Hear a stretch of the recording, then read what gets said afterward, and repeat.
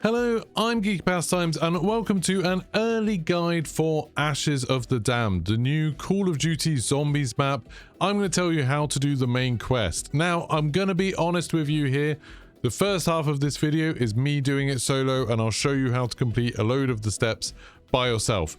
And then I died towards the end of the run, so the last part of the run is going to be me showing you it while we were doing it in quads. Obviously, all of the steps are the same. The last boss fight, I think, would probably be a little bit easier in solo. But if you're wondering why I start off in solo and end up in quads, that's why. So before we get started, let's just take a quick look at the loadout. I'm using the Akita, which is a full auto shotgun. I think that's really good. Make sure you put a suppressor on it to make sure that you get salvage. It doesn't really matter which gun you use for the boss because you're not going to be using your gun at all, but more on that later. But the Akita can get you through every other encounter in the game. Also, for the field upgrade, personally, I like using Ether Shroud. It just means some little things that you need to do, you can do without getting annoyed by enemies. And for your lethal, I would probably want to use a combat axe, if anything. I would take that with me. As you can see, I don't have it unlocked yet because you need to be level 54 to add it to your loadout. So I'm just going to use the Semtex, which we will use at the beginning of the game, so that's still pretty useful.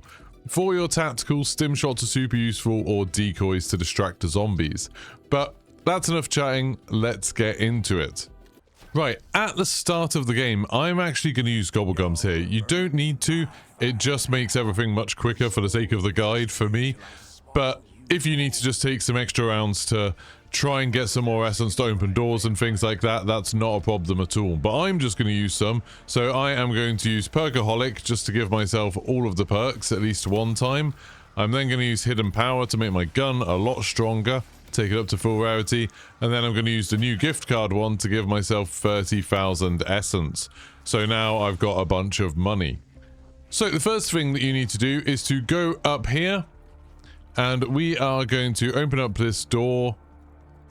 You can see why I used gift card, is just so I can show you stuff like this a bit quicker. Remember to go prone in front of all these machines just to get 100 essence. And then there's a floor grate there.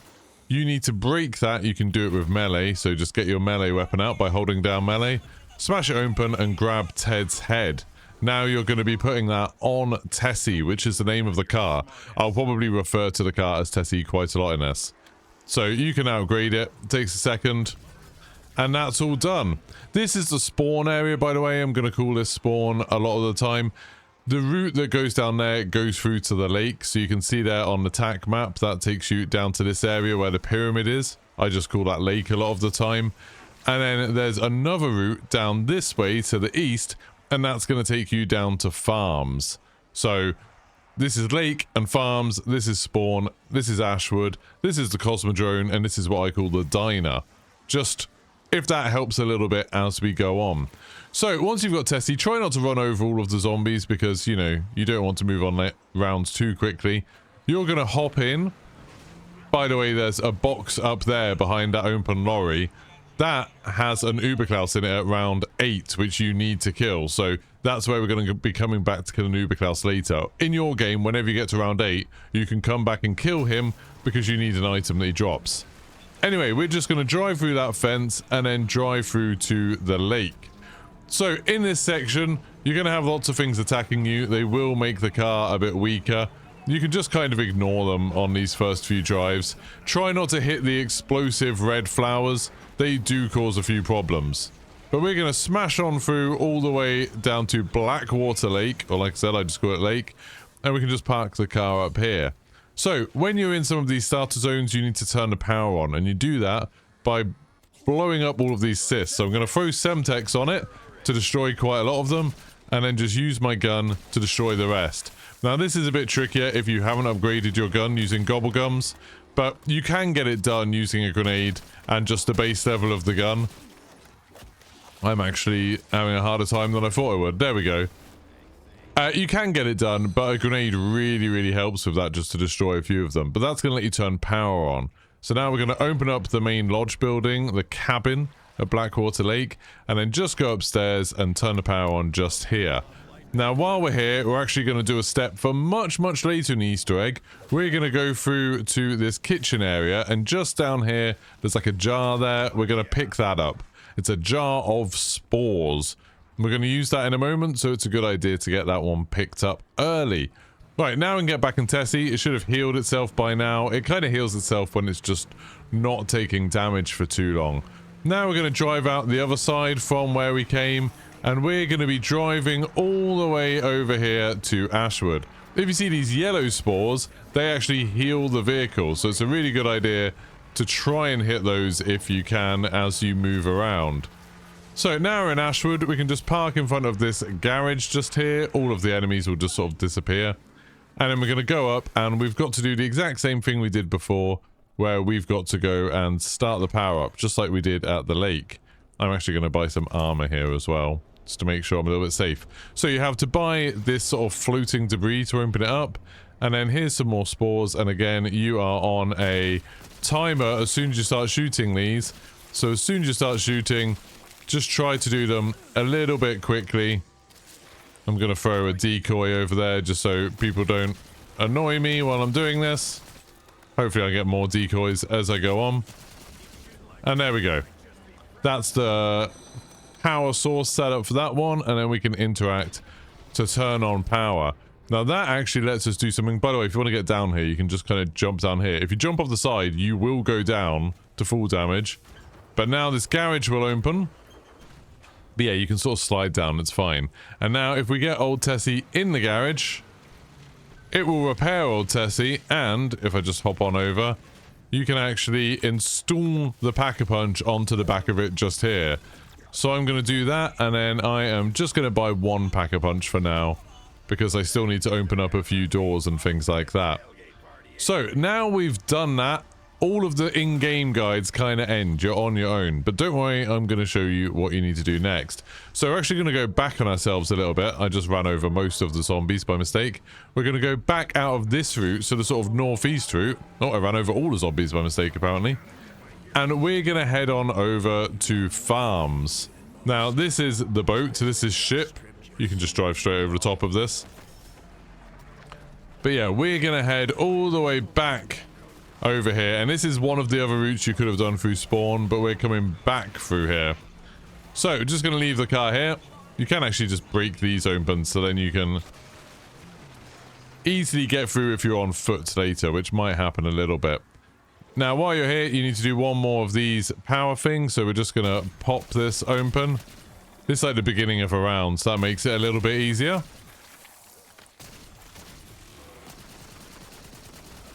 Now, if you're on a bit of a high around here and you get a Ravager round, which is when the lights go all weird, and you get the Ravagers start attacking you, there's actually something you can do as soon as you get here, which is basically kill them using a trap. I'll show you what to do later, but if you get here and you're on like round 4 or 5 and it's a Ravager round, just use a trap to kill one because you need an item that they drop. You can see there, it just sort of set up that trap, but it costs a bit of money. Anyway, what we're going to do is we're going to use that jar that you just picked up at Blackwater Lake, and we're going to put it on this horse. Just interact with this horse, and you'll see a little red sparkly thing appears. That's going to take 2 or 3 rounds to complete. You don't need to defend it or anything like that. You can just leave it going. So we've interacted with it, and that will slowly get stuff done over there. Now, there's a few other things we can do here, and one of them is we need that guy's foot. So I'm going to go over here and actually go buy a, I would buy a throwing axe if I was level 54. I keep forgetting that I can't do that. So we're going to kill a few zombies, I think, and hope that at some point we get a throwing axe. Doesn't look like we're being so lucky just yet. Luckily, there is one we can grab later, so it's not the end of the world if we don't get that. And actually, let's do that now. We're going to go and get the free throwing axe, which is a little way away, but we can do it. So, get back in the car, and we are going to drive straight through this way, back the way we went to Ashwood. The main thing we wanted to do back there was set the power up and interact with that mushroom, get that going for later, because it does take a few rounds to do. So being able to do it on round 2 means it will be done super early. And obviously, if you can keep the rounds down, it's always nice. It's nice to have things a little bit quicker. So once you're through here, you can just drive through and go through the right hand side now, and this is going to go through to Diner. Now on this route, you can see there's a big dead order just there, And there's also, I just drove into our pubs, there's a T-Rex skull and there's another one up on that hillside. We're going to be interacting with those later. So this is the route that has the bones between Ashwood and the diner. So we're kind of going down in this southwest part of it. So once you get over here, this is the diner. Here on round 2. That's very, very early. So once we're here, we are going to open up the diner. There we go. And now sometimes here you might find a zombie called the Cook, and we're going to need to kill the Cook zombie. So if you do see him, make sure you kill him. But regardless, we need to get the combat axe from here. So there's one just in this hunk of meat at the back. You can grab that, and I'm just going to look around and see if the Cook is here yet. We do need him. There's a guy up on the roof. I've got depth perception, so I am seeing them. What I might do is flip one round just to see if we get the Cook to spawn, because it would be useful. So let's just kill these zombies. Stand in this to get my field upgrade back. This is one of my augments. And we're just hoping that a zombie here called the Cook spawns. He looks pretty much like the other zombies. But it's a bit like anyone who played Liberty Falls. It's a bit like waiting for the Groundkeeper to spawn. I'm not sure entirely what triggers him to spawn, but you want to get him as early as possible. So that's just a normal zombie. It's a normal zombie. Where are you, Cook? There's a bunch of zombies on the roof. They're just sort of standing around, which is a bit weird.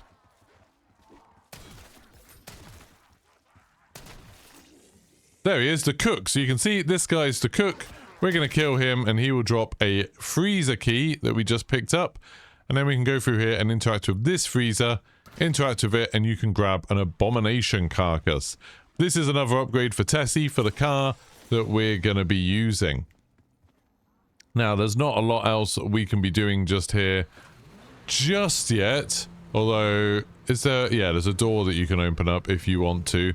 That's going to take you through to the Cosmodrome. And it's always good to open up these doors with the car. But we're actually going to be heading all the way back to Ashwood now. Now, you might wonder why we're doing this Easter egg solo. I know a lot of people, when they're trying to do an Easter egg, will play with randoms. I think this Easter egg is probably easier solo, or with, you know, 2 people would be great. I think with 4 people, it's actually a lot harder. And you'll see why when we get to the boss fight. But also, when you're solo, it means you always have Tessie. In quads, you don't get extra copies of the car. So, it's not a massive advantage to have more people in this one. Right, so let's just hop in here, and then we can interact with the bench just to put the abomination on. You can see there, now we have the abomination on, so that's pretty good. And we're only on round 3. But there's a few other things that we can do now we've got that. So, if I just drive back to farm, which is down on this route, so we're going to go to the northeast. While we're driving there, we're also looking for a purple, like, spore, a purple pod.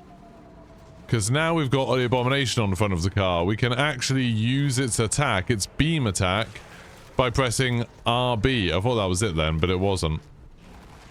I might go, while we've got a lot of health, I might go out the other side and see what's there. The mushroom's still not done, I just saw that. Can we find a purple spore? I wish the Ravagers would stop looking so much like a purple spore. That would be great. Quick look, see if we can find any. I didn't see any when I was driving around, but now I can open up this one.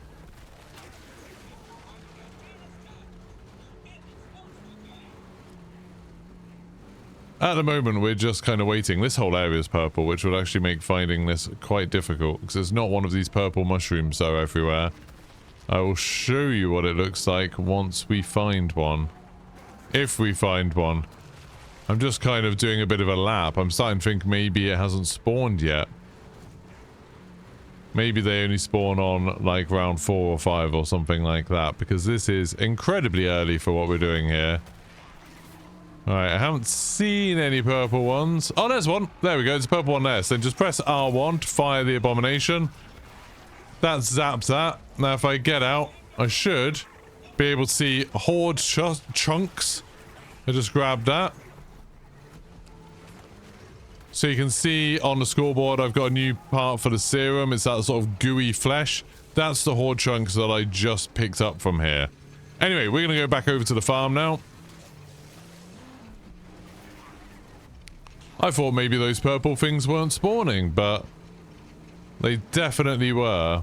There just wasn't many of them this early on, apparently. You do get other stuff there, like you saw there was a rare ether tool. You can get some quite good loot from them. Right. The car is a bit ruined, but it's fine. Like I said, it will heal itself in a few seconds. So we now have a throwing axe, so we can come back here and throw it at this guy's foot. Poor guy. And that chops the foot off. I'm going to take the axe back. And what we need to do now is get the bones out of this by setting it on fire. And you can do that a couple of ways. So you can do it by making a Molotov. Or you can go in here and put the fire ammo on, napalm burst. Because that is actually something that's super useful. Because it's strong against the bears. And then if you shoot the foot... That doesn't work.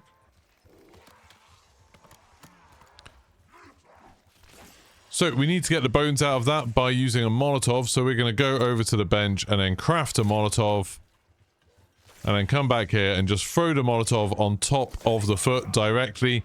And just wait a couple of seconds. And that will turn it into an item that you can pick up. You can see there it's gone yellow. Also killed a zombie. There we go. We can pick it up. And now we have human bones. We've actually got 2 parts of the serum completed. You can see up at the top there.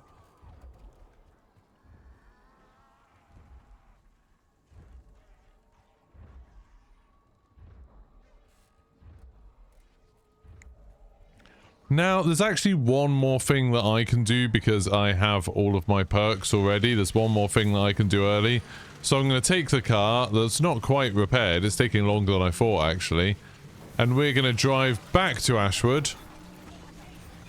Once you've got Pack Punch, you can boost in this, by the way. So you go super fast.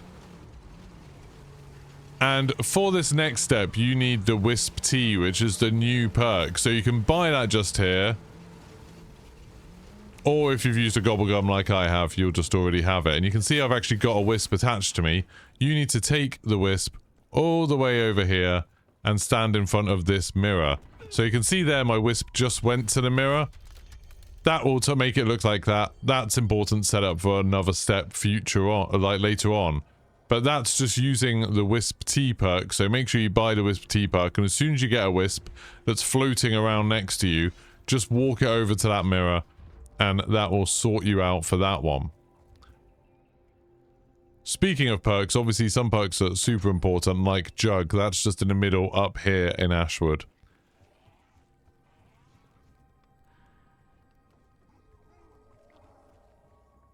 Now we've got a little bit of a lull, to be honest, until we get up to round 4. So I might go and wait for that mushroom to be done. So round 8 is when we need to get Uberklaus. But probably round 4 is when we're going to get a Ravager round, or round 5. So I'm just going to hop back down here. Well, actually, I'll just have a quick look around here. Do I want to get armor? No, let's not get armor just yet. We've already got our weapon already all leveled up.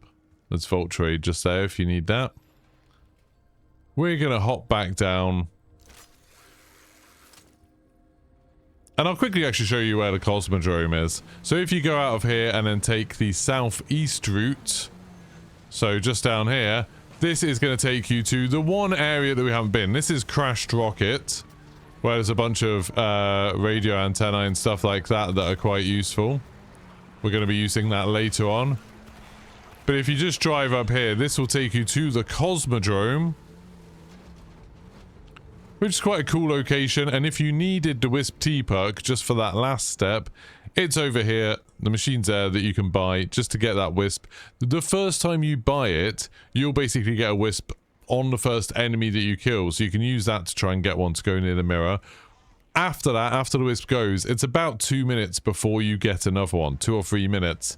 And then you'll get another one. But this is Cosmodrome. There's not a huge amount you can do here early on. We are going to need to open up some of these buildings though. So I'm going to open up this one because we need to get into this chemistry set earlier. And you can see some of the ingredients we've been picking up. Like the foot bone is just there. And the thing we got out of the purple pod is just there. those have already sort of teleported over here, but we've still got a few more that we need before we're going to be done. There we go. Tessie's just finished repairing, so now we're going to swing back around and just head back to the farm and basically wait for that mushroom to finish growing and wait for a Ravager round. There are a bunch of side Easter eggs in this little bit, including one that teleports you and puts you in quite a hard fight against a bear. So maybe don't interact with too much stuff if you don't know what it is in that area. Right, let's hop up here and go back to the farms. It's good to get used to sort of how everything connects to Ashwood to make it a bit easier to get between places. I'm using Tessie for basically everything, but actually you can just run between a lot of these locations and it's absolutely fine. Especially if you have stamina up so you're a little bit faster. Just don't stop and fight. Just keep running past all of the enemies that you see.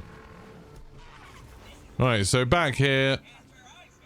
We can't see any progress on the mushroom here. So we're just going to wait a little bit. We'll move on a couple of rounds.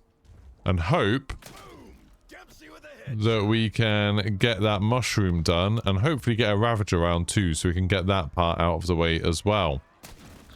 Whatever happens, we're going to have to be getting up to round 8 in order to get an Uber Klaus. I could watch you all day. Running this place is a full-time job. Be back to check on you. Try not to mess up the place none. Take your time. Oh, if you get these TED tasks, sometimes it's worth doing because you can get perma perks as a reward from them.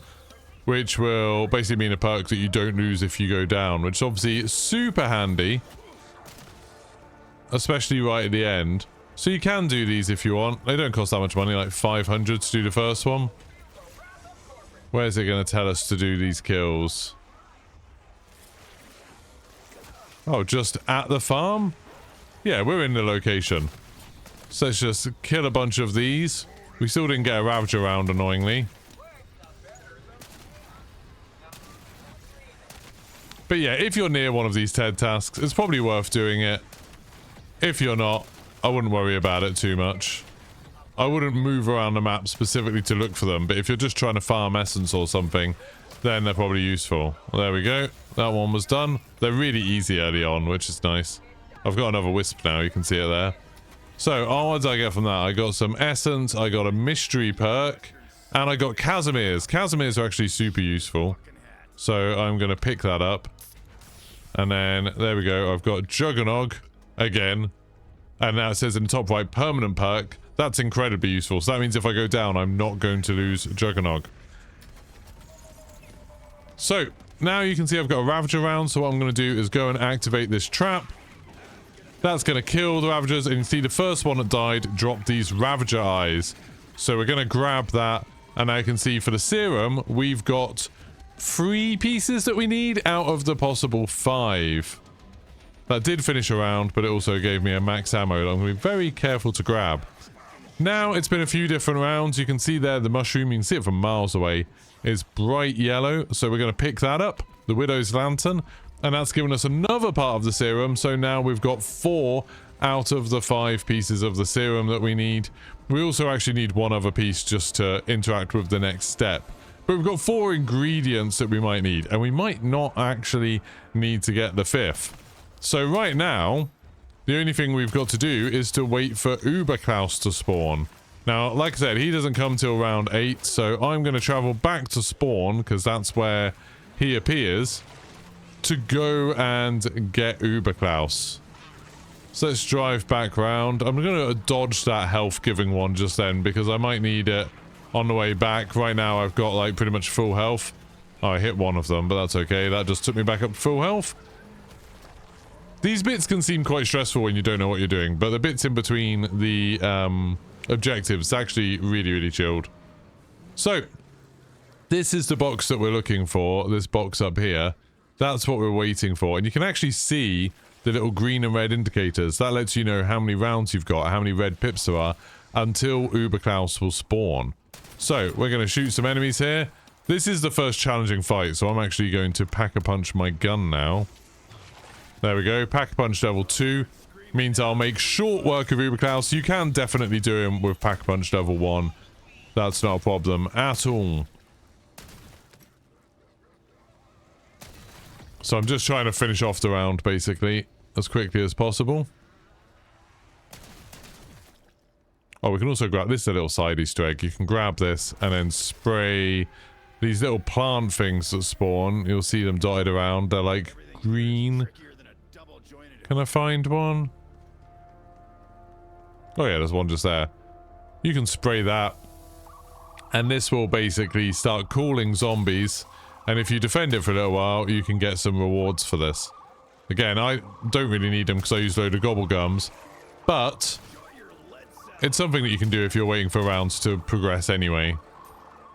Why not? Why not get some bonuses? Oh, that wisp I just triggered is actually going to be super useful for this.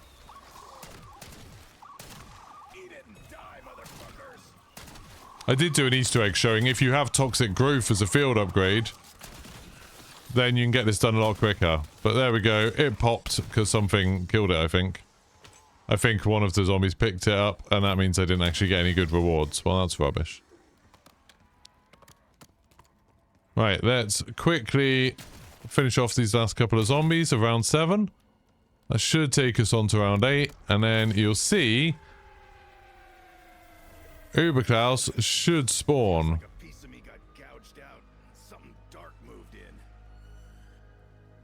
Just gotta wait for the round to start properly. There he comes, Uber Klaus. So once he spawns, aim for his shoulders. So if you played the earlier maps, you could, they're his like weak spots. And now he's dead. He will drop a special yellow item. Oh, you need to shoot him when he pops out of his armor. Whoops, I killed him so quick I didn't even realize. And then you see that I've got a stabilizer chip. I'm just going to grab that, and that lets us do a bunch more objectives. So I'm going to get back in on Tessie and go back round to Ashwood. I could have gone either way to Ashwood, it doesn't really matter. But we're going to go this way. Now, for this next couple of steps, you're going to need a bunch of stun grenades. You're going to need a few of them. So, if you find them as you're playing through the earlier sections, just make sure to pick them up.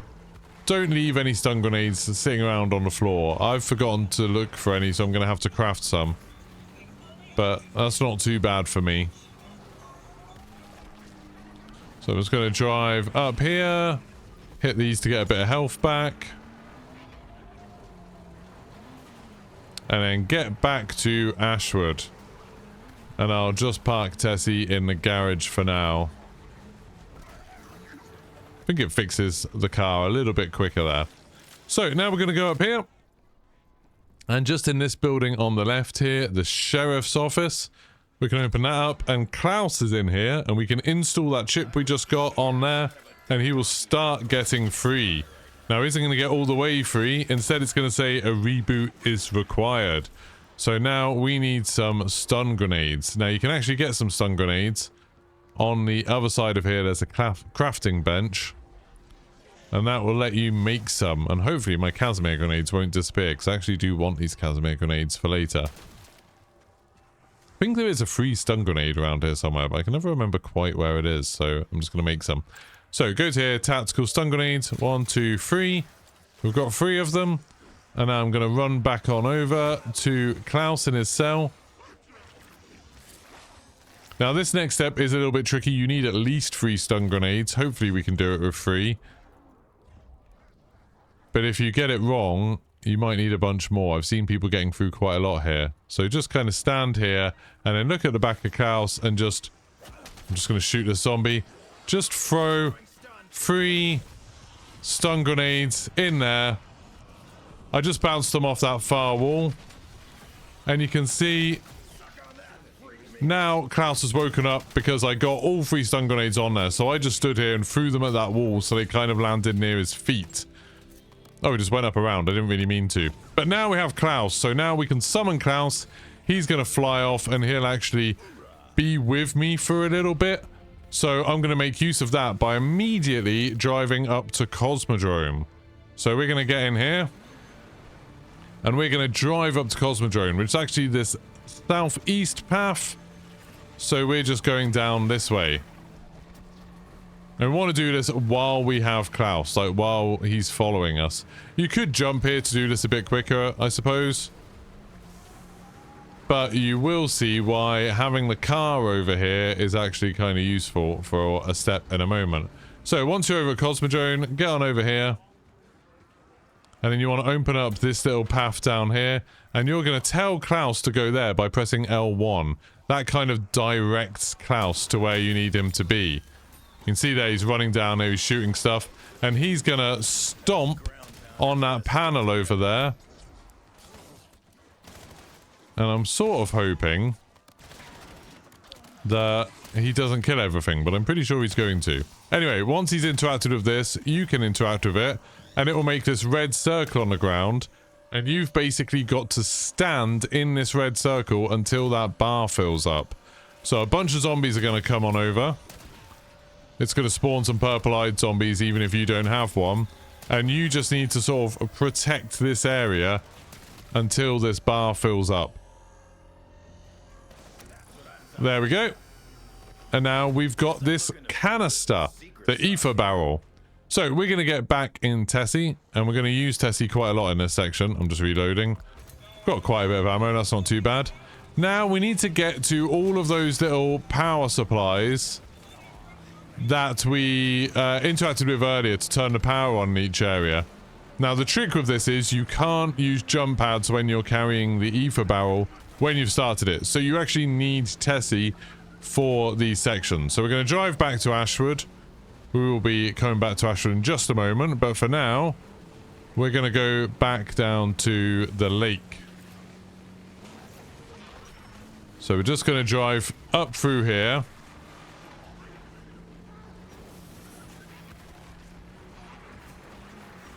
Ignore these Ravagers for now. And I'm going to actually turn this around because I need it facing the other way for what we're going to do in a second. So, once you've done that, I can't sprint because I'm carrying the ether barrel still. Now I can interact with this and it will put the barrel inside that machine. And we need to kill zombies around here to fill up 1/3 of that barrel. Try and remember to keep on plating every now and then. So you can see there it's nearly done. Now when it's done, you need to pick it up again and go quickly. You can see you've got 1 minute 45 to the next one of those power things. So we've jumped back in Tessie. And we're actually going to drive all the way back on over to Ashwood. Now even if the car breaks or something, you actually have a lot of time to do this. But I'm going to try and do it as fast as I possibly can. Leave that in the garage to repair it. And still can't sprint because I've got the ether barrel. We're going to shoot up here and head back on over to the bridge where we turned the power on over here. Just here. So now you can put the ether barrel in and you're going to do the exact same thing. Just kill the zombies that spawn around it, defend it for a little while. It's not really a soul box or anything like that. Like, you don't actually have to get kills. The only important thing is that you defend it. So don't worry too much. I just remembered I didn't pick up those Casimir grenades again, did I? That was very, very stupid of me. Oh well. Right, so we've grabbed that again, and now we've got another 1 minute 45, and we're going to go to farms for this next one. So hop in, and then turn around, and we're going to go up this way. So now we're going sort of northeast, past the ship again. Apparently hitting everything that we shouldn't be hitting on the way. And some things that we should. And then drive down the road back to farms. To the last one of these power things that we did earlier. So here we are. Back in farms. And we're going to just do the exact same thing. Pop the canister in this machine. There we go. And then just wait and defend from the monsters that turn up here. Well, we're on round 11. We have progressed a little bit. That's okay. We don't really need to progress anymore. So now I can take it. Now it's kind of done. It's all filled up. And we're going to take it over here to the basement. And then we're going to go down the stairs and pop this in here. There's a sort of, you see the souls or the ether or whatever it is popping in here, and now it's got 3 green circles dotted around it. Oh, that's just armor. I don't really need that, but oh well. Now, those 3 green circles, we need to get a kind of code that is on the roof of these buildings. So there's one over there somewhere, I think, one on that roof and one on that roof. So we need to see this area from the sky and try and make a note of all 3 symbols. So I'm actually going to shoot some of these zombies to get the essence, because what happens is on this one, when you use a jump pad, it tends to kill them all. So I'm going to hop back down Jonas House. I can see there, it's like a gender symbol, a crosshairs, and I didn't quite see what the other one was. So there's a male symbol and the crosshairs, and I'm going to jump back and try and look at them again. If you've got any way of taking screenshots here, it makes it a lot easier. So, crosshairs, gender symbol. Oh, and then that little, like, hat, like the cowboy hat. So, gender symbol, crosshairs, and the cowboy hat. So if I go down here, you can interact with the sides. And then you got that male symbol. We've got the sombrero, and then we just need to find the reticle, the crosshairs, that one, and then interact with it. And then that, just popping out of there, that little claw, is the wonder weapon. So you can now interact with it, and you will get the necrofluid gauntlet. Now this will automatically put you in this little situation where a load of these goos will go out, you have to shoot them with the right trigger, and then reload to, like, claim them back. You can do a couple at a time if you want to. And obviously kill zombies while you're doing them. So just each goo, just shoot it with the right trigger and then interact with it to summon it back to you. And once you've done all of them, then you'll be free and out of that green prison. So now we have the wonder weapon. We can go get another part of the serum. But I'm actually going to pack punch this quickly, just to make it a bit stronger. Gonna interact with that there. You don't need to do anything special to pack punch it, you just use the pack punch machine, so that's absolutely fine. And now we are gonna head back on over to Ashwood, back to that mirror that we interacted with the wisp.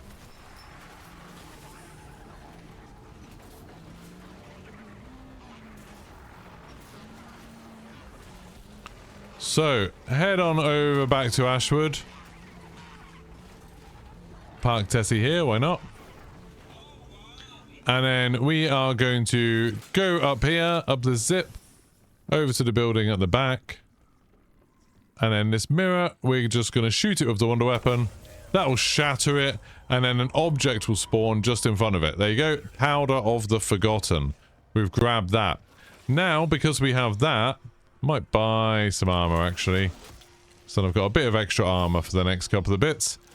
We're going to go on over to Cosmodrome. You can see for the serum, we've got all of the pieces except for one. We might not need that piece if we're lucky. Don't worry, I will show you how to get it if we need it. But if we don't need it, then we can actually do the next bit of the Easter egg already. If not, annoyingly, we have to wait until round 16, because to get the last piece, you just have to kill an Ursa with the Abomination attack, the R1 attack that Tessie has. And it's just annoying having to wait until round 16 to do that, basically. But, there we go. We've got Tessie here. I'm just going to turn around so we can make a quick getaway later. You go really fast with this wonder weapon, which is great. So, now we've done all those pieces, what we're going to do is go on over to the chemistry set from earlier and just interact on this, like, dust here. And that's going to write a message on the board.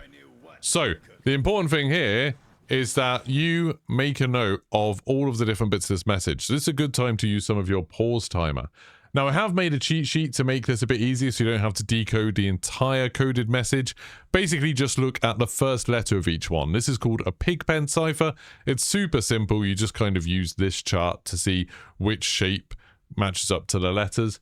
But for that one, I can see that the first one is actually for the third ingredient. That's for the mushroom. That's an F for fungi.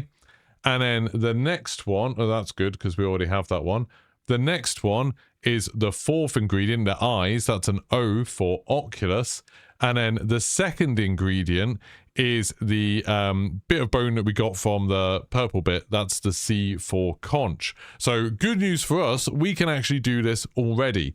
Now there is an extra ingredient. It goes on the far right. It's like the 5th one. If you have a L for limbs, that's the one for that one. Then that's the one that you have to go kill an Ursa with Tessie using the abomination attack in order to get that. If you don't have that one, if you don't have that code, which looks like a kind of L with a dot in it, basically, then you can just move on. So for the record, again, all I'm looking at when I'm translating that and using my little cheat sheet is the first letter of each word. Each word starts with a different letter, so that makes it super simple. So our code is going to be kind of using the ingredients on the floor. Going to be the mushroom, then it's going to be the eyes, then it's going to be the hunk of meat. So what I'm going to do is, now I've checked all of that, I'm going to unpause it and then just get rid of those and then interact with it. So mushroom, then the eyes, then the hunk of meat. If you've done it right, it'll give you the option to add blood. So that's what we're going to do. I'm actually going to switch to my shotgun for this. And now you've got a little lockdown, which is going to be a bit tricky. If you do that wrong, by the way, you just have to wait around until you can try it again. So now in here, we're going to have to shoot a bunch of enemies. And annoyingly, we are not going to be able to heal. We're sort of defending that chemistry set. We're not defending ourselves necessarily, but it's a soul box. You can see their essence is going to it. And we need to try and make sure that the zombies don't kill us and don't kill that. And you can see I lost a bit of health there. In solo, this is actually a bit tricky. Luckily, I've got this. There you go. Now the smoke's come through, so that bit's all done with now. It's a little bit trickier in solos. It does go on for a lot longer in quads, but you can just watch all of the entrances, so that makes it a bit easier.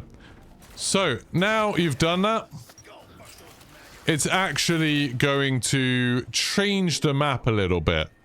So it's saying there, what was hidden can now be claimed. That's the kind of speech. We're now going to be looking for a bunch of keys, because in Ashwood, there's now this big box that's wrapped up in chains that you're going to see in a moment. These things are a bit too fast, so I'm going to kill them and get my ammo back.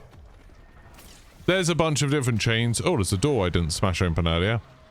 And we need keys to open them up. So, to get these keys, you have to go... I would take Tessie with you for this. You have to go and find a bunch of keys that are hidden around in the fog. Right, editing Geeky here. I'm going to take over because stupid recording Geeky went and died in this bit and made a mess of it. So, for the red key that you want to be able to find, and this is the one that's going to stop you from healing, there's 3 locations it can spawn. One is just behind the APC, right in front of me here, between the cliff and the APC on the far right side. You can hear a tinkling sound when you hear them spawn, when you get close to them. So, that wasn't there for me on that situation. The next one is up on this T-Rex skull on the left on the cliff. It can spawn on its kind of back teeth up there. So you should be able to see that one sort of red and glowing just up on the teeth. Then the third location, which it actually was for me, but I didn't see it for ages in this and it ended up getting me killed and cost me this run, is on the skull that's just on the ground. So if you move a little bit further up, it's on the right here on that skull. My one was actually in there and I really struggled to see it. It's kind of on the left side of the skull inside, but I could hear it. I ended up taking ages to find this and use Idolize, but it's literally in there. I can hear it at this point. And I just ended up sort of shooting all over the place with the wonder weapon, and then you reload to kind of suck things in, and that's how you need to grab it.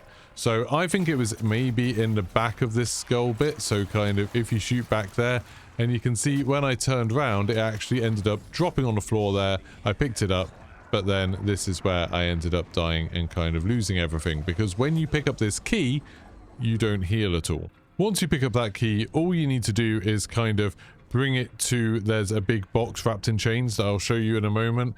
Interact with that to take off the chains. But I'm going to show you how to get the boat key, which I found a bit easier on this one. So the boat key can be above or below. There's a couple of locations above and one below. So it can be just if you look in this little window on the shelves on the left, it's not there for me. Or it can be in this blue container on the right behind the door, and that's where you could just see it. You might have just seen the little flash of green. That's to let me know it's there. Or if you go below the boat, I think it can be on the walkways up there, but I haven't actually seen it there. But you can see there, I just shot it, then used the recall thing, and it brought it to me. Now this one makes you a bit stronger. It's called a terrapin one or something, like a turtle. It makes you a bit stronger in terms of defense, but it makes you super slow. You can't sprint at all, so you now have to walk back to Ashwood unbelievably slowly, and I would just keep on turning around to shoot all of the horrible things in the fog while they're chasing you. Once you get back, if you go up this rope, and then you can just go through this building, this is where the big box is that you take the keys. So this is where you would take the key from the T-Rex mouths, or behind the APC, wherever the red one was as well. You just interact with that box and that will take another chain off. For the yellow one, which is the third and final key, it can be just up on the cliffs on the left here. So as you're leaving Ashwood running towards Cosmodrome, it can be on the cliffs. Or it can be on this radio tower just on the right side, just above you. It's just on one of those struts just there. But for me, it was back on the Cosmodrome side of this section. So the third location, if you're just leaving Cosmodrome heading back towards Ashwood, it's up left on top of this building. It's kind of hard to aim at 'cause it's so far away, but I just fired a load of shots up there, summoned it back, and then you can see the key dropped on the floor. Now this one's going to take away your guns for a little bit. It makes you equip your melee weapon by force, but you can just run back to Ashwood. This one is actually not that much of a problem because all the enemies will just run past you. Like, you can get past them, take it back to that box, and then you can unlock it and get the cutscene and move on to the next piece of the Easter egg. So from now on, I'm going to show you what it looks like in quads to complete this and explain how to do every step. If you manage to keep on doing this in solos, it's exactly the same. Obviously, you just have to do everything yourself. And the last fight should be a bit easier because the boss will have way less health. So once you put the third key in that box, everyone will be taken to like a white screen and then a cutscene will play. It kind of explains what's going on to this point. I find the whole thing a little bit confusing, but you can watch that if you want. I'm going to skip it in this guide. So for the next section of this, you're going to be using the wonder weapon to get a buff from the clock tower over and over again. It's the clock tower in Ashwood, and the turret that you get as a reward from doing that last step, put it in Tessie, shoot the clock tower that's floating in the middle, and then with the wonder weapon, look for a clock face that has stopped, and then what you're going to do is shoot that with the main fire, just like you've shot anything you want to grab, and then reload, and it will give you this buff that gives you like a purple claw. So the next part you can kind of do in any order, but for the sake of this, we're going to go and do farm next. So go grab that buff. In this game, John had got the buff, not me. And you're going to head back over to farms. When we were playing in quads, we were not waiting for everyone in the car. We just used the jump pads all the time. Now, in the farmhouse, you'll see a clock just behind the dinner table where the sort of dead family are sitting. And then around the dinner table, there's actually 3 Roman numerals scratched into the floor. The 3 looks kind of like a box, but it is 3 eyes. And then there's a 12, which is that X, and it looks like an O, but it's actually a 2. And there's a 9, so 1X. Now, for us, the clock always said 3, but I don't know, in your game, it could be something different. So just check the clock, and then whoever has the buff on their wonder weapon needs to go and stand on the number that matches the clock. So for us, it was the 3 one. When you do that and you're standing on the right one, the head of the family, the dad, his head will kind of turn towards you super slowly. Once his eyes start glowing red, then just shoot him with the wonder weapon to kind of use that power up, use that charge, and he will start looking towards the ceiling and all these orbs will come out. Now you need to go and find 4 objects around the farm that you're going to use for a ritual. So the first one is really easy. Just run up the stairs in the house and then just look in the next room. On the bed, on the bunk beds on the bottom of it, there is the head of a teddy bear. So you can just interact with that and collect it. Then if you run out of the house and run into the barn on the right, you're going to see a sort of Jason Voorhees type mask. So it's just on this body and a body bag down here. So you can interact with that one and grab that. Then if you jump down to the basement, there's like a bathtub on the other side of the basement from the stairs. Just to the left of that, there's a chalice, like a cup. So you need to interact with that one and grab that. And then the final one is in the mystery box shed. It's actually like a cutthroat razor. It is very hard to see because it's actually underneath the table. But if you just go underneath that table, you'll be able to interact with that and pick up that. Now on a floor in the farm, you'll see all of these red circles. These are dotted around outside. You just need to interact with each one and it will place the corresponding relic on that circle. Now, the next step is a little bit weird. Basically, once you've got all of the relics on these circles, they'll start glowing yellow. And we don't really know exactly what you do to trigger the next piece. We just sort of ran around and interacted with them really quickly, and that seemed to do it. But it felt a little bit strange. Like, the first time it felt like we just interacted with one of them and then it started. And then the second time, it felt like we had to run around and interact with all of them. Maybe there's some time element to it, but anyway, once you've got all 4 down, just make sure that your team there, if you're in a team, or if you're solo, you're in a decent position where you can kind of see all of them because you're going to have to defend them, and then just run around and try and interact with all 4 of them, and eventually a lockdown will start.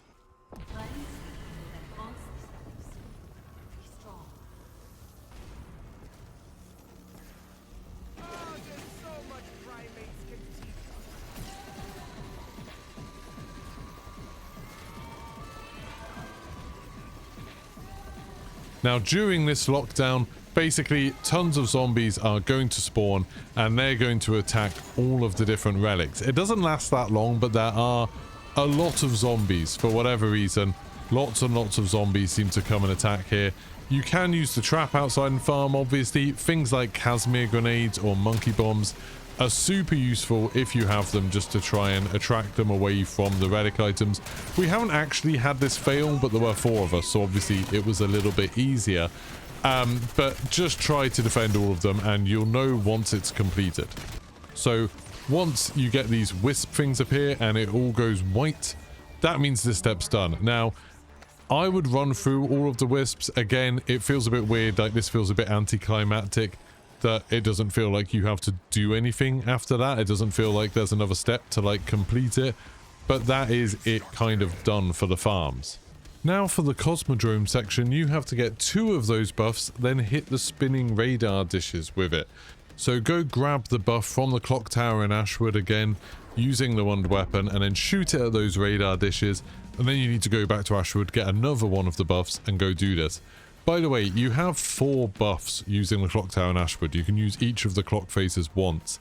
And then if you need more, you can just go on to the next round and then use Tessie's turret to shoot the clock tower again. It will freeze the clock faces again, and then you can grab more.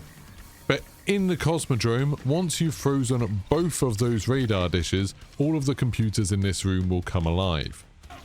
Now, the 2 TVs on the right are going to show pairs of letters using that pigpen cipher again.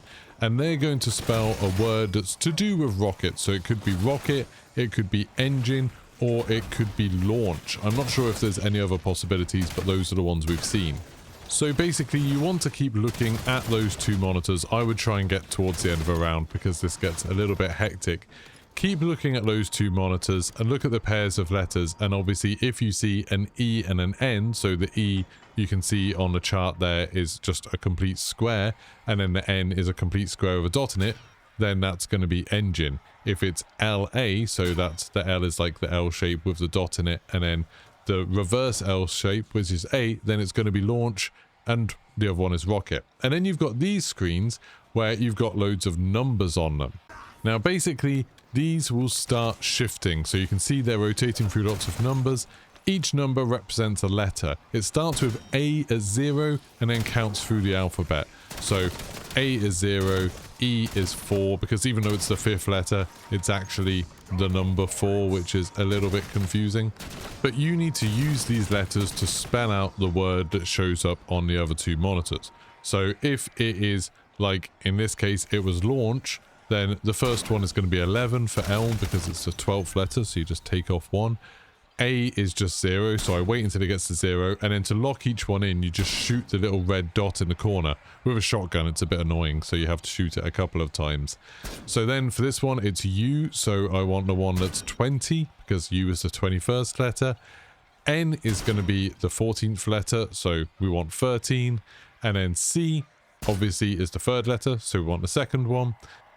Then H is the 8th letter, so we want the number 7. So I need to lock it in when it gets to the number 7. Once you've done that, it'll go white, and then you actually get quite a cool little sequence here, where I won't spoil what happens, you can experience it for yourself, but it's kind of cool. Just make sure you look up. Now, I'm really sorry that I don't have the best footage of these next bits because I wasn't the main person doing them, but I will explain it as well as I can what you have to do at Diner. So at Diner, you're basically going to be freezing time by getting that power up from the Town Hall clock, from Ashwood, and then shooting the clock at the diner when there's a lightning storm on. And the lightning storm comes, it should be every even round, but for some reason for us, past level 30, it started being on every odd round, I don't know why. But whenever there's a lightning storm, you can use the power up from Town Hall to shoot the clock and freeze the lightning like you can see here. Now what you're trying to do is to get 3 specific named zombies to come back to life and then lead them into the lightning for each one. So to get the red one, it's basically the trucker, and you have to open up the back of this red truck that's just outside the main diner. And the way you do that is while time is frozen, you use Tessie, you use the abomination beam and shoot the back of the truck. That will make the trucker come to life, and then while the lightning is frozen, which by the way only freezes for a minute, and you can only do this once every 2 rounds, so it's a bit of a pain, you need to get the trucker to follow you while the lightning's frozen and then lead him up towards that red lightning on top of the gas station, on top of the roof above the gas pumps, and then he will walk into the red lightning and will freeze, basically. And then that one's done. The red lightning won't spawn anymore. The trucker won't spawn anymore. If he dies, by the way, he will just respawn immediately, so that's not too much of a problem.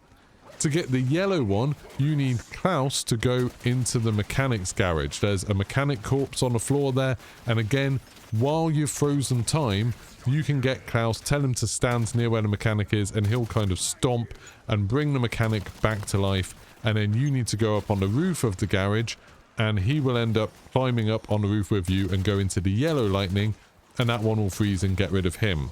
To get the blue one, you need the waitress, and again, while time is frozen, you need to go and melee the cash register inside the diner.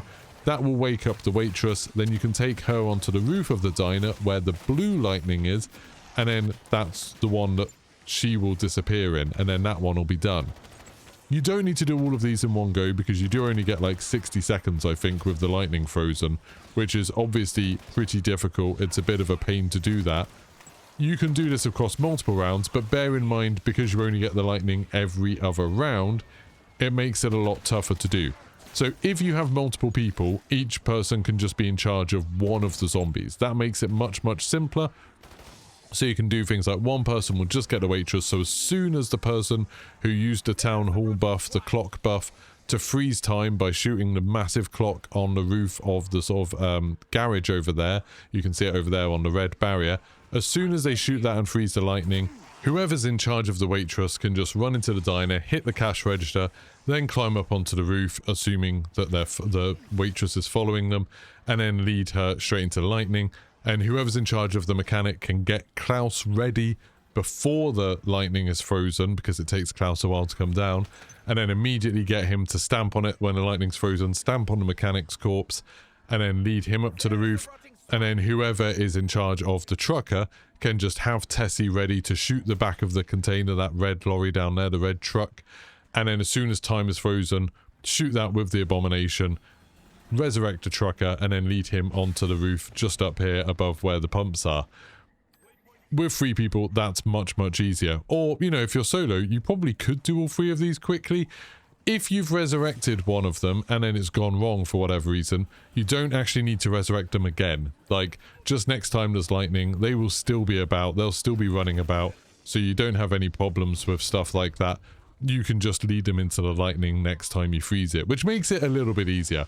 It sounds more complicated than it is. When you try it, you'll see it's pretty straightforward. It's just a little bit of a rush to do it as efficiently as possible because you don't want to be skipping too many rounds ahead at this point because you're getting very close to the boss fight.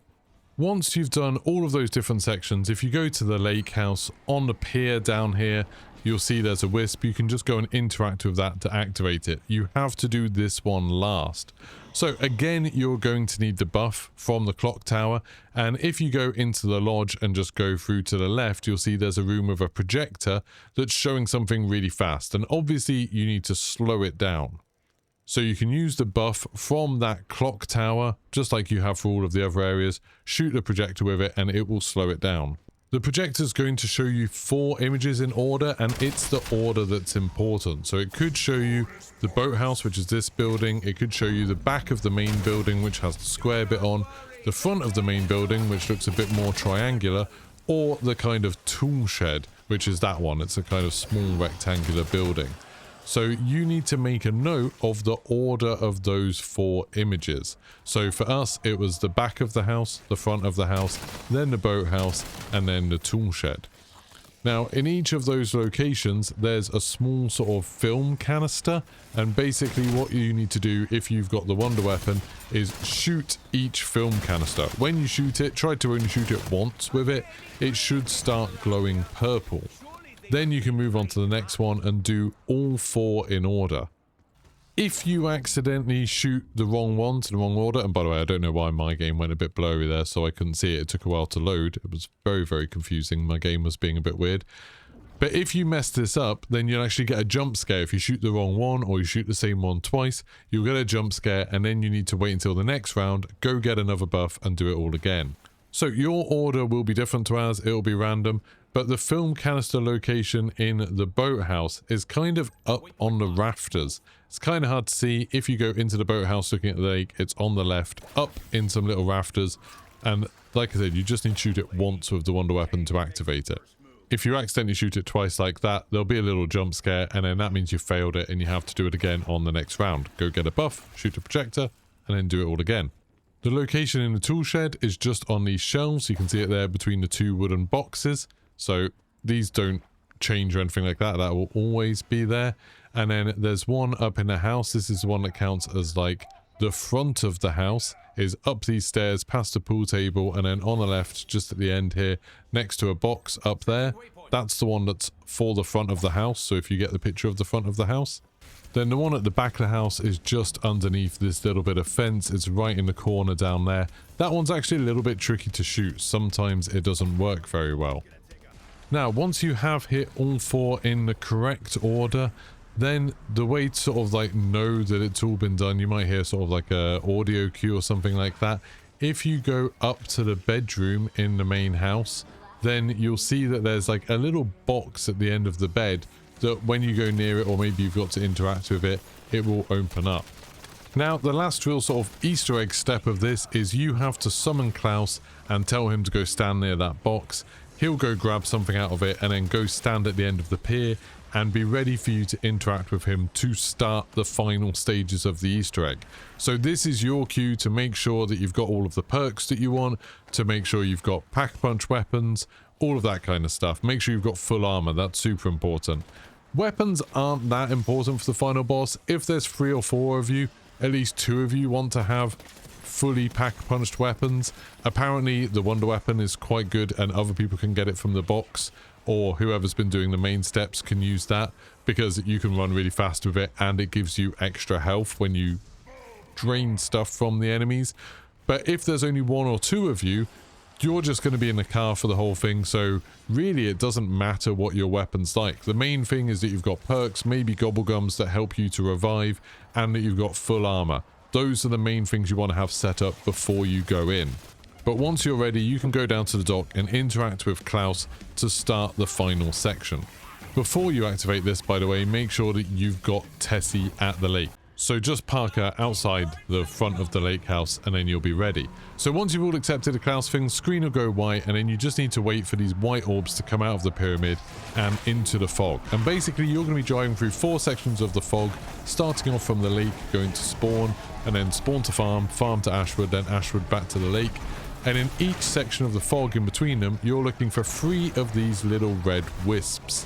So you saw it just landed there. It takes a while to come in. Once you grab that first one on the right, The next one is off to the left. These are always in the same place, by the way. I just accidentally hopped out there because the Tessie got destroyed. But don't worry, you do still have time to fix everything if this all goes wrong like this. You can fail it, and then you just need to wait for another round flip and interact with Klaus again. But we messed that up, and it was still absolutely fine. So you grab that one on the left, and then there's another one off to the right, and then you'll be going back to spawn. And then on the next section, it's pretty easy. Whoever's on the turret, it's a good idea to try and shoot the sort of orange glowing orbs just to stop them from damaging the car. But you can see the first wisp here is just on the left near those orange ones, and then you can just follow this round to the right, and then on the far left there's another one, and then just shooting up here just before you get to farm there's another one right in the middle of the road. Then the next section between farm and Ashwood, which is going past the boat, is probably the trickiest one. So what you want to do is go up the ramp onto the deck of the boat. That's where you'll see the first one. So just go up this ramp on the right. You can see it right at the top there. Then immediately take a sharp right turn. So slow right down to grab that one. And then go left back down this other ramp to grab the third one there. Then you've got one more section. So when you get to Ashwood, take a really sharp hairpin right turn. Go back through here and you can see the first wisp just a little bit on the left there. And then the second one is up on the left path going up here towards this little sort of shack. And then the last one is just in the middle. As soon as you go through that one, it will take you into the boss fight. Now, the boss fight is tough. With 4 players, we found this very, very difficult. It took us 3 attempts, I think, to get it done. I think in solos, this would probably be a bit easier, or duos would be maybe ideal because it would have a lot less health. And whoever's on the ground, not in the car, doesn't really have a lot to do because it's super hard to damage the boss. So once you spawn into the boss arena, right now it seems a little bit buggy. You're going to see this animation, and then sometimes you'll spawn outside the car, sometimes you spawn inside the car, sometimes the car won't move. You can just sort of swap around if you need to make sure someone's driving and someone's on the turret. And whoever's driving the car wants to continually use the ramps in the middle to try and ram into the boss while boosting. That does so much more damage to the boss than kind of anything else.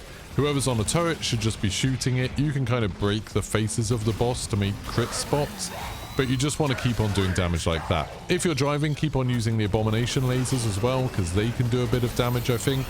Whoever's on the floor just needs to kind of survive. I think for these first sections, it probably makes sense just to stay in the car and just help shoot, especially whenever a crit spot opens up, because all of this crazy artillery makes red circles on the ground. If you get hit by it, you can die really easily. When you're driving, try to avoid the red circles, obviously, and there are sort of those healing spores dotted around that you can use for the car as well. I just kept on doing little loops, so just sort of going a little way away, getting the boost back, ramming into the boss, and then rinse and repeat basically, until you get about a third of its health down. This is all you'll be doing, and this first section isn't too hard. If, for whatever reason, Tessie does get destroyed, don't worry, you just need to get out and repair it. It costs about 150 salvage, I think, and obviously you're vulnerable while you're doing it. So it's really helpful to have something like Ether Shroud on. That might protect you a little bit, or you can use decoys, Casimir grenades, monkey bombs, Idolize, whatever you have just to stop any of the zombies from hitting you. Now occasionally the boss will go into this kind of Beyblade mode where he'll be spinning around like a top, and the only way to damage him is to get whoever's on the turret, or if you're driving solo, the turret will automatically shoot at him. Or you can actually just keep driving a bit, then hop into the turret, but it's a bit more dangerous. When you shoot him a little bit, you'll see these kind of orbs go off him and they make a beam of light. During this spinning bit, he's invincible unless you can get into that beam of light to get a buff and then ram him.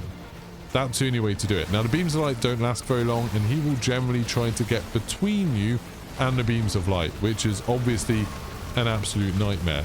So try to sort of drive around him, grab it, and then turn around, and if you've got that buff, you'll glow purple a bit, you can ram him, and he'll hover up and a big crit spot will appear underneath. If you're driving, it's a good idea to drive a little bit further away so whoever's on the turret can look up enough to shoot up at it. And then he'll go back to spinning, and you just have to keep on doing this again and again. After you've knocked him out of his spinning attack enough times and people have done enough damage to his crit spot, that will end and he'll go back to his normal one. And now some max armor and max ammo will spawn around.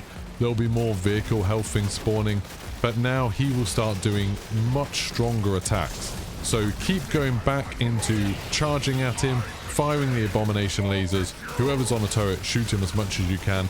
And people on the ground, do damage when they can. Try to clear out the zombies. But to be honest, there's not a huge amount for them to do in this fight. It's really up to the driver and whoever's on the turret to do the absolute lion's share of the damage here.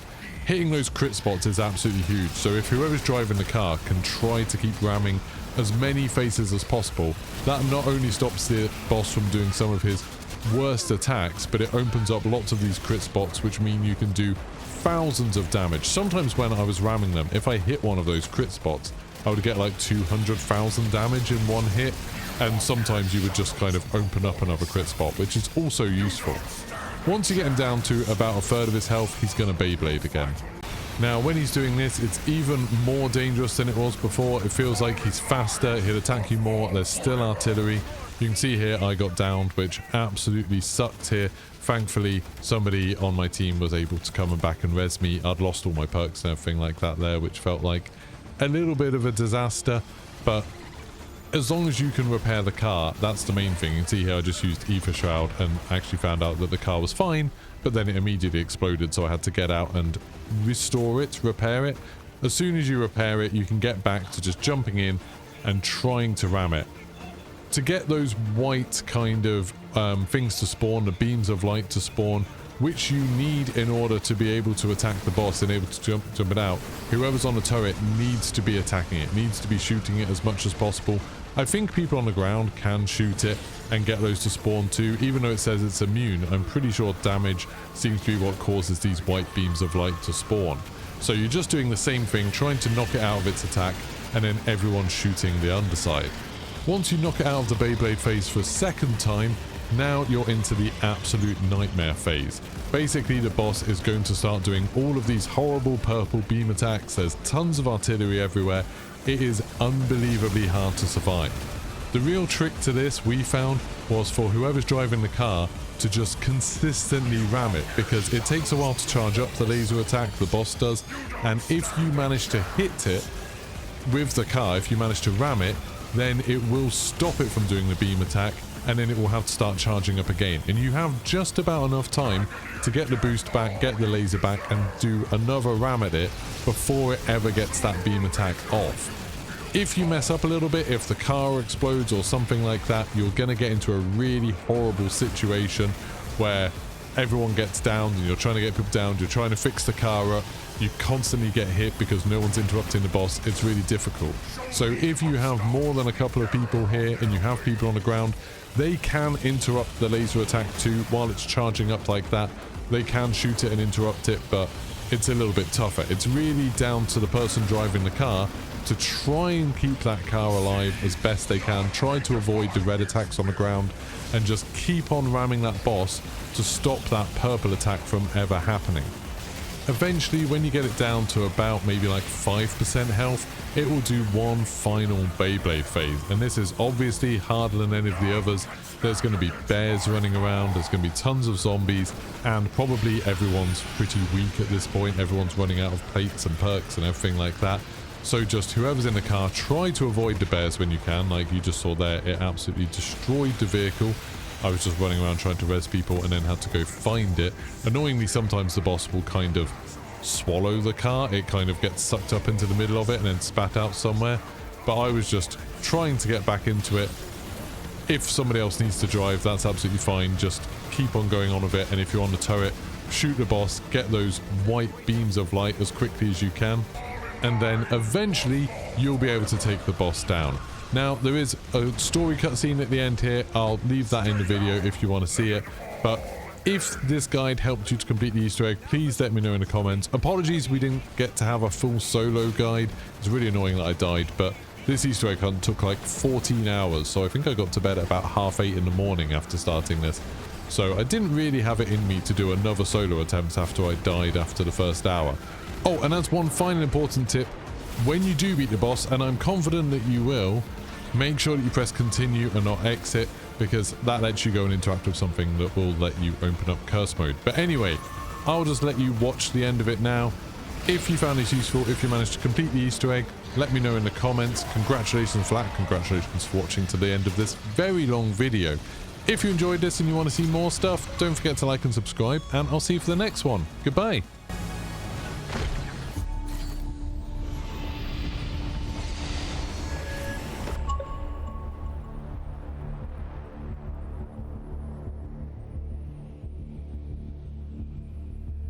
Do you hear it?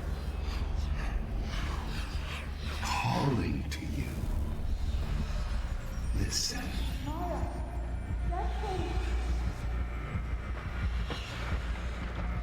Remember. Feel. Restore.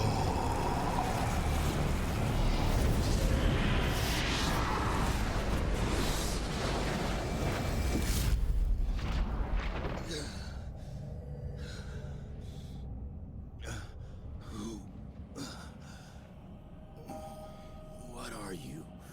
A weaver of the fabric of this place. From the memories it contains. I have always been here. I am a shadow smith. You have what was taken. The bonds that imprisoned me are undone. We are both free. Faran al-Nafir al-Shahri.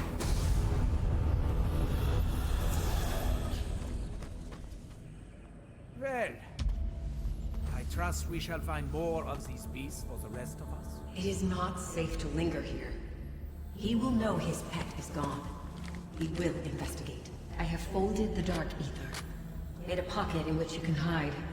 I will send you there.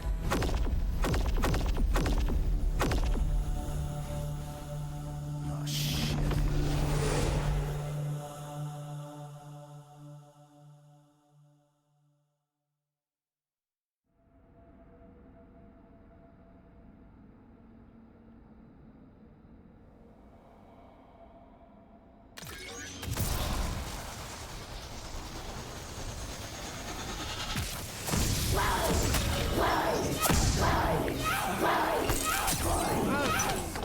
Surely regarded as the most kindly of birds.